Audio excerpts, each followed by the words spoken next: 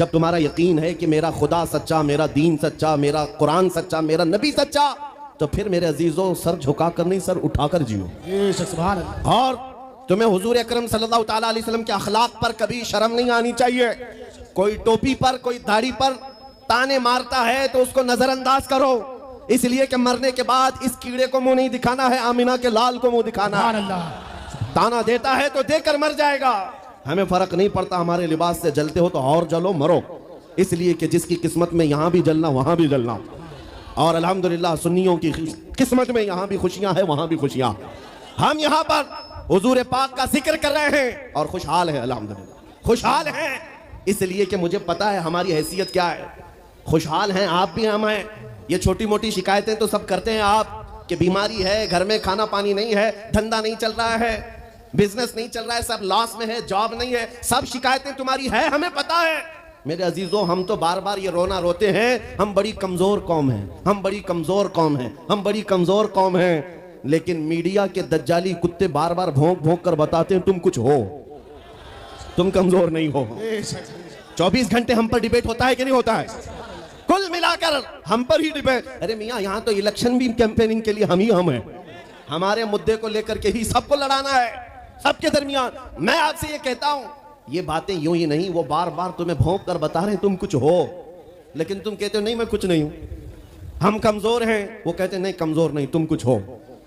एक तरफ तो कहते हैं कुछ नहीं है, सब बिखरे हुए लोग हैं, पंचर पुत्र भी कहते हैं, लेकिन फिर हम उनसे कहते हैं मियाँ पंचर पुत्र है तो 24 घंटे डिबेट हम पर क्यों करते हो? डर किस बात का है? किस बात का डर है? क्या दूसरी और कौमें नहीं हैं जिसको निशाना बनाओगे? अरे 70 कौमें मौजूद हैं, लेकिन हमें पता है तुम्हारी आंखों में अगर कोई चुभता है तो गुलाम मुस्तफ़ा ही है, इसलिए कि उन्हें भी तारीख पता है। ये अगर निकल पड़े हैं सहरा से बगैर चप्पल के, पैबंद लगे कपड़ों से, तो कैसर और किसरा को भी धूल चटा सकते हैं। वह दुनिया की सुपर पावर ताकतों को घुटने टेकने पर मजबूर करने वाली कौम वो उमर बिन खत्ताब के शागिर्द थे, सहाबा कराम थे। दुनिया को तारीख पता है कि ये जिस दिन पढ़ने लग गए खालिद बिन वलीद को, जिस दिन ये पढ़ने लग गए सलाहुद्दीन अय्यूबी को, जिस दिन इनको कोई कहने लग गया कि तुम्हारा कोई शिहाबुद्दीन गौरी भी था, तुम्हारा कोई औरंगजेब भी था, तो फिर ये मुर्दा और मुरझाई हुई कौम दोबारा उठने लग गई तो अच्छों की नींद हराम हो सकती है। इसीलिए कहा जाता है मुसलमानों के मोहल्ले में नशा बांटो, मुसलमानों को नशा करवाओ, नशा बेचने वाले यही, नशा करने वाले यही, इसलिए कि ये जब तक नशा में रहेंगे हम सुकून से रहेंगे, और जिस दिन ये उठ गए तो दूसरों के सुकून के लाले पड़ जाएंगे। इसलिए मेरे अजीजों मैं तुम्हें बेदार करने के लिए आया हूं और दुनिया की नजरों में खटकता रहूंगा, लेकिन मेरे पास जितना भी वक्त मौजूद है मैं खामोश नहीं रहूंगा इंशाअल्लाह अज़ीज़। कल को भी अगर मेरी फांसी हो जाए मुझे इस बात की परवाह नहीं है, दुनिया से जाएंगे, हमारे एक के मर जाने के बाद उन कुत्तों से कहता हूं कि इसको ये मत समझ लेना कि इस्लाम खत्म हो जाएगा, मुझ जैसे 1000 कट भी जाएं तब भी हम नारा यही लगाएंगे, इस्लाम जिंदा होता है हर करबला के बाद। नारे तकबीर, नारे रिसालत, शहंशाह खिताबत, शेरे हिंदुस्तान सलमान मुफ्ती सलमान अज़हरी साहब किबला। सुभान अल्लाह, सुभान अल्लाह। मेरे अजीजों बात आज ईमान की है। मैंने आज तक किसी तकरीर में किसी को असलहा उठाने की बात नहीं की, मैंने कभी किसी को बंदूक बारूद चाकू तलवार की बात नहीं की, और ना ही हमें जरूरत है। मेरे अजीजों हम तो चाहते हैं कि तुम इश्क रसूल का जामा पहन लो, हुजूर की मोहब्बत का लिबास पहन लो। मेरे अजीजों चाकू ब्लेड भी उठाने की जरूरत नहीं, तुम्हारे चलते फिरते देखकर कितने कीड़े फना हो जाए। हाँ, सिर्फ तुम्हारी चलत फिरत से कई कुत्ते नालियों में मर जाए। सबको समझ में आती है बात। और जिन लोगों ने मुझसे पूछा था बार बार आप कुत्ते किसको कहते हैं, मैंने कहा कोई सुन्नी मुझसे पूछा ही नहीं, किसी ने मुझसे पूछा ही नहीं। ये सारी तकरीरें सुन रहे हैं, आपने पहले ही पूछा तो कहीं ऐसा तो नहीं कि जख्म पर जाकर बात लगी हो।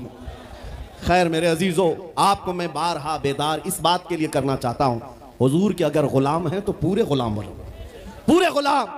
आज के दिन अगर एक नौजवान भी ये अहद कर लिया कि मैंने अपनी मर्जी से बहुत जिंदगी गुजारी है, अपनी लाइफ में बहुत इंजॉय किया है, लेकिन आज के दिन से ये तय करूंगा कि जीऊंगा तो मेरे नबी की मर्जी से जीऊंगा, जिसने भी तय कर लिया मैं समझता हूं कि ये जलसा वसूल हो गया, हुजूर के कदमों में पहुंच गया। मैं बताओ ए नौजवानों, बचा क्या है हमारी जिंदगी में और क्या बाकी है? क्या चाहिए तुम्हें? पूरी दुनिया तुम नाक रगड़ रगड़ कर हासिल कर भी लिए तो एक दिन तो मौत आनी है। एक दिन तो दुनिया से जाना है, सारी दौलत छोड़कर जाओगे, इस बात पर सबका यकीन है। तुमने खुद अपने हाथों से कितने मुर्दे दफनाए, तुमने कितने लोगों की कब्रों को खुद अपने हाथों से बंद किया।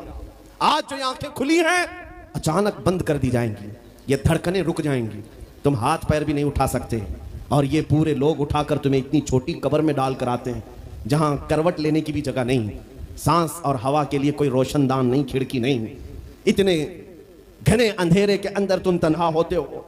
उस कब्र के मुतालिक सोचो, वहां मुनकर नकीर जिसके बारे में पूछ रहे होंगे वो ताजदार मदीना की जात होगी। हुजूर के बारे में तुमसे पूछा जा रहा है।